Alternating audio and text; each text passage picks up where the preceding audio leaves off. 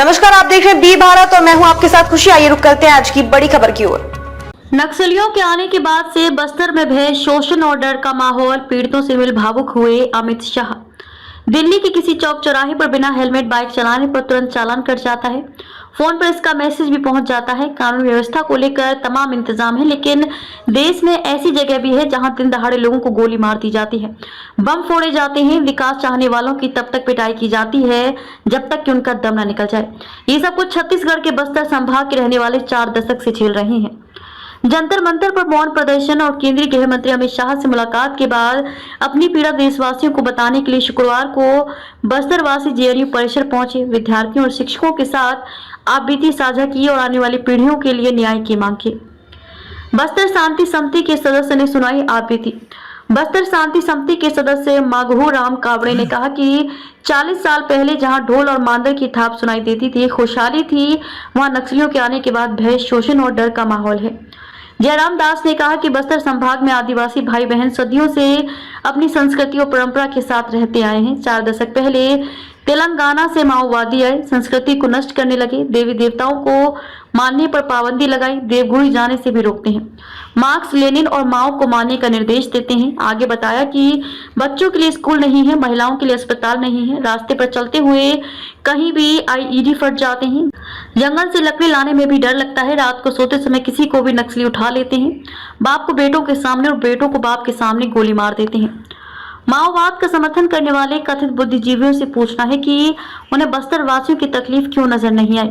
विद्यार्थियों ने नक्सल पीड़ितों से सीधा संवाद किया। इस अवसर पर लेखक व बस्तर शांति समिति के सदस्य राजीव रंजन, एबीवीपी जेएनयू अध्यक्ष राजेश्वर सचिव, शिखा स्वराज आदि लोग उपस्थित रहे। मां के सामने बेटे को मारी गोली, पेट चीर डाला।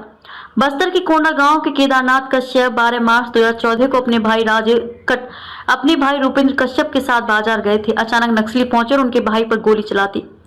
2 गोली सीने में लगी और तीसरी कोहनी को चीरते हुए केदारनाथ की जांघ में जा लगी। दोनों भाई अलग अलग दिशा में भागे। उनके भाई कुछ दूर जाकर गिर पड़े। नक्सलियों ने फिर 3 गोली मारी। सांस चलती देख चाकू से अंतड़ियां बाहर निकाल दी। मां राधा कश्यप बेटे के जीवन की भीख मांगती रही, लेकिन नक्सलियों को रहम नहीं आई। कमा कर लौटा तो ब्लास्ट में खो दिए पांव। बीजापुर के गुड्डू लेखाम अभी 18 साल का है। पढ़ाई छोड़ कमाने के लिए आंध्र प्रदेश चला गया। बीते 11 मार्च को गांव लौटा। दोस्त आईतोड़ पोयम के साथ मारनार बीच घूमने जा रहा था कि नक्सलियों की बिछाई आईईडी पर पांव पड़ गया। जोरदार धमाके में दोनों बुरी तरह घायल हो गए। हॉस्पिटल में होश आया तो दाहिना पांव नहीं था। बस्तर से आए नक्सल पीड़ितों से मिल भावुक हुए अमित शाह। बस्तर के नक्सल पीड़ितों की व्यथा सुनकर गृह व सहकारिता मंत्री अमित शाह भावुक हो गए। सोशल मीडिया एक्स पर नक्सल पीड़ितों का दर्द बयान करने वाली डॉक्यूमेंट्री सुनो नक्सली हमारी बात को साझा करते हुए शाह ने कहा कि नक्सल प्रभावित क्षेत्रों के हशा के शिकार इन लोगों के जख्म नक्सलवाद की अमानवीयता और क्रूरता के जीवन प्रतीक है। नक्सलियों से पीड़ित लोगों की मानवाधिकार अब तक किसी को नहीं दिखा। नक्सलवाद को विध्वंस और हिंसा एकमात्र विचारधारा बताते हुए उन्होंने 31 मार्च 2026 तक इसे पूरी तरह खत्म करने की प्रतिबद्धता दोहराई। अपने आवास पर बस्तर से आए नक्सल पीड़ितों से मिलते हुए अमित शाह ने कहा कि हथियार लेकर चलने वाले और निर्दोष लोगों की जान लेने वाले नक्सलियों के मानवाधिकार की चर्चा तो बहुत हुई, लेकिन नक्सलियों से पीड़ित लोगों के मानवाधिकार अब तक किसी को नहीं दिखा।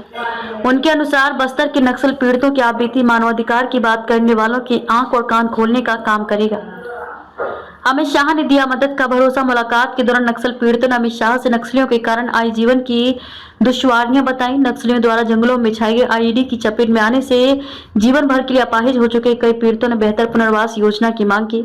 शाह ने भरोसा दिया कि मोदी सरकार और छत्तीसगढ़ सरकार मिलकर नक्सल पीड़ितों के समग्र विकास के लिए 3 महीने में योजना लेकर आएगी। अब तक के लिए बस इतना ही। फिर होगी आपसे मुलाकात ऐसी एक और बड़ी खबर के साथ। तब तक के लिए नमस्कार और देखते रहिए बी भारत। ऐसे लेटेस्ट अपडेट्स के लिए हमारे चैनल बी भारत को सब्सक्राइब करें और तुरंत नोटिफिकेशन पाने के लिए बेल आइकन प्रेस करना ना भूलें। यदि आप हमें फेसबुक के माध्यम से देख रहे हैं तो हमारे पेज को फॉलो जरूर करें। धन्यवाद।